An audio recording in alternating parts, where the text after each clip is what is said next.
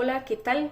Mi nombre es Maureen Cubillo y hoy, domingo 27 de noviembre, estoy grabando este video para explicar un poquito acerca de el hecho generador de las cédulas de la ley 7092. Estas cédulas hacen referencia a las rentas de capital mobiliario, a las rentas de capital inmobiliario y a las ganancias de capital inmobiliario. Básicamente vamos a hacer un pequeño repaso sobre lo que es el hecho generador, ¿verdad? Como sabemos y ya hemos mencionado en otros videos, es súper importante el concepto de hecho generador porque es el hecho en sí, el acto en sí que da nacimiento a la obligación tributaria. Entonces vamos a ir explicando poco a poco cada uno de estas cédulas y así mismo pues vamos a ir mencionando sus aspectos. Como ya en otras ocasiones hemos mencionado, el hecho generador tiene diferentes aspectos. Ahorita vamos a tocar el aspecto material, el aspecto espacial y el aspecto temporal de estos hechos. Ok, dice que las rentas de capital, pues el hecho material o el aspecto material, perdón, del hecho generador de este impuesto corresponde a los rendimientos, ya sea por el arrendamiento, por la constitución o la tenencia de algún disfrute de algún bien inmueble. Es decir, un bien inmueble es, como ya sabemos, aquellos que no que están permanentes en un lugar, como por ejemplo un terreno, una casa. Este es el aspecto material de este hecho generador, este impuesto. Estos cabe decir que todos comparten el mismo aspecto temporal, el mismo aspecto espacial que corresponde al territorio costarricense, es decir, son aplicables estos impuestos a cualquier contribuyente que se encuentre en el territorio nacional, territorio de Costa Rica. Las rentas de capital inmobiliario también tenemos que comprenden exactamente lo mismo, lo que es los rendimientos por arrendamiento, constitución o cesión de derechos de uso y disfrute de bienes muebles. En este caso podríamos hacer referencia por ejemplo a estos derechos de uso de llave o por ejemplo a lo que son ciertos derechos de autor y ciertas actividades que sí presentan un aspecto más subjetivo y no tan objetivo. Tal vez son un poco menos perceptibles físicamente, ¿verdad? Después tenemos las ganancias o pérdidas de capital inmobiliario. Esas hacen referencia a las variaciones en el valor del patrimonio del contribuyente. Es decir, cualquier cosa que afecte, ya sea para más o para menos, en el patrimonio, ¿verdad?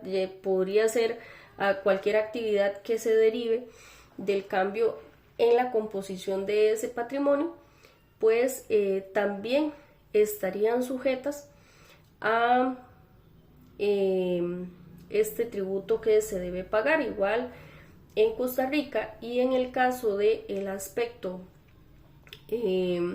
temporal, pues la ley sí va a determinar un periodo de tiempo de acuerdo a el periodo fiscal, ¿verdad?, que establezca pues la administración tributaria.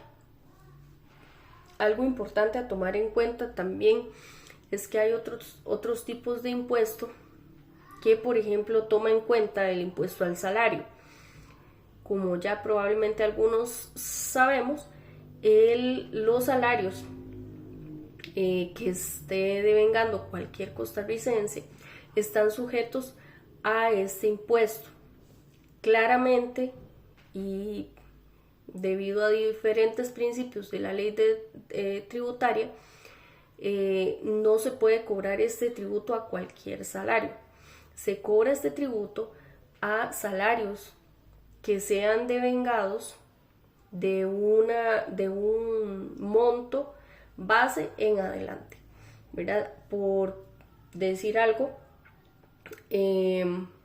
o mejor dicho, existe un cuadrito bien estructurado donde podemos ver que porcentualmente se cobra este tributo. Entonces, por ejemplo, pues la verdad no me lo sé de memoria, pero un ejemplo es, estoy viendo acá revisando la página del Ministerio de Hacienda y veo que, digamos, viene un cuadrito con una tarifa o un porcentaje de acuerdo a el monto del salario devengado. Dice que de 800 hasta 863,000 colones, es decir, si yo gano hasta ese tope, no voy a tener que pagar ese impuesto.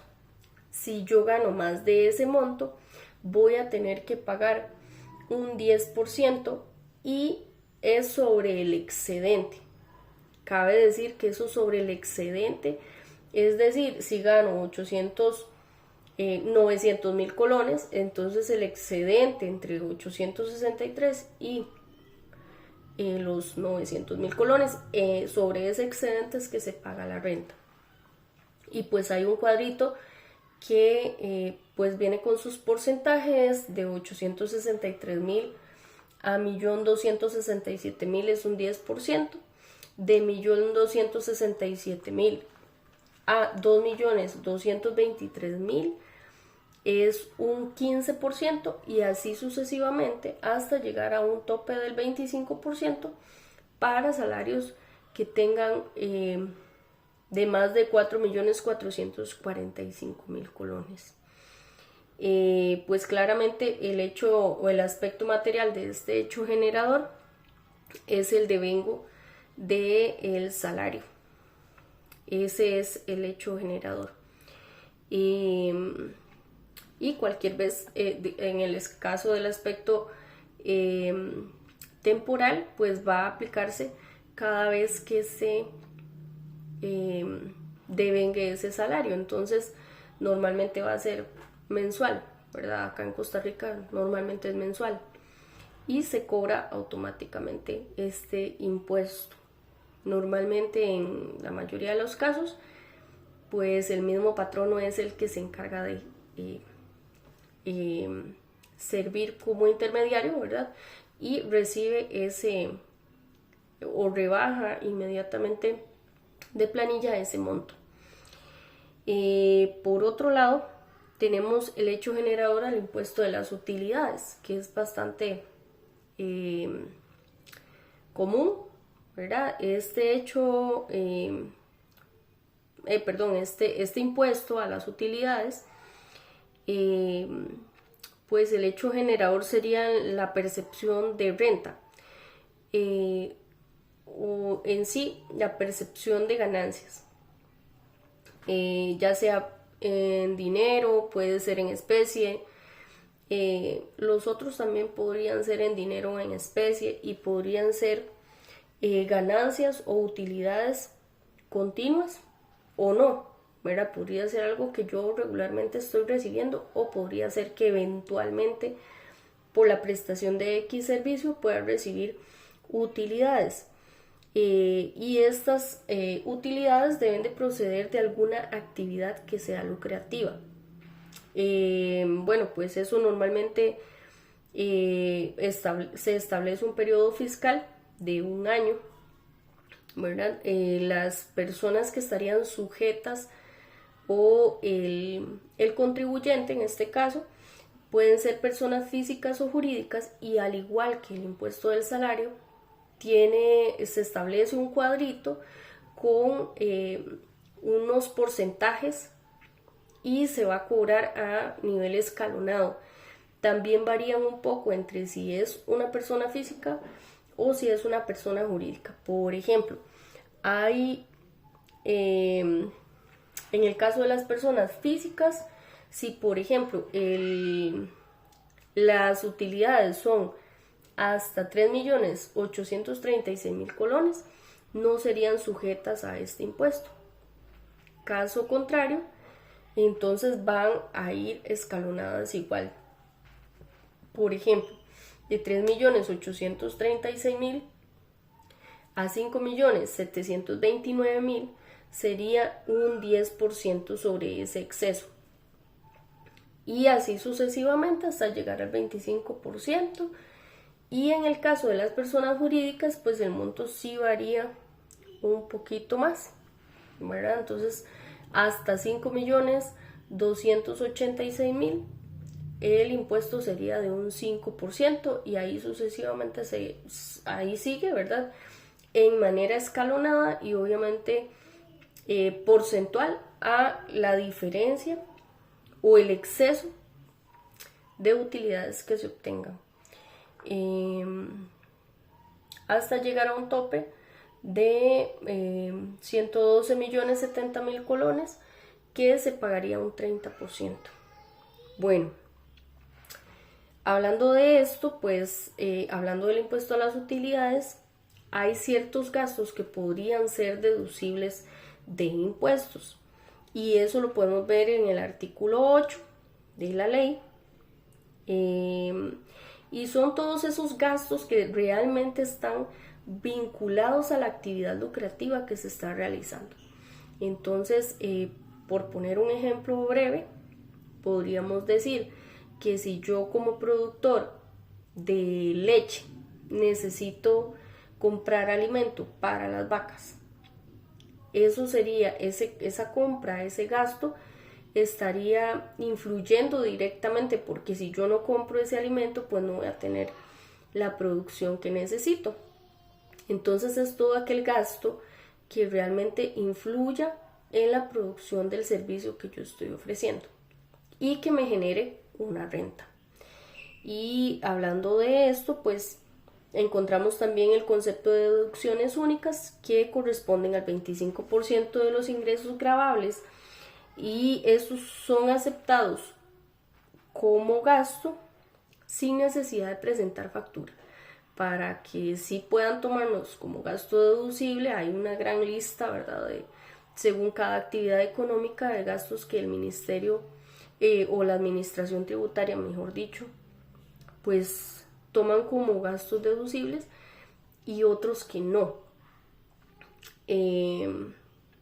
Entonces, hay unas deducciones únicas que corresponden, como decía, al 25%, y no es necesario presentar ninguna factura, ya automáticamente se toman como una deducción única. Bueno, ese sería mi aporte, espero que haya sido bastante claro y nos vemos en la próxima.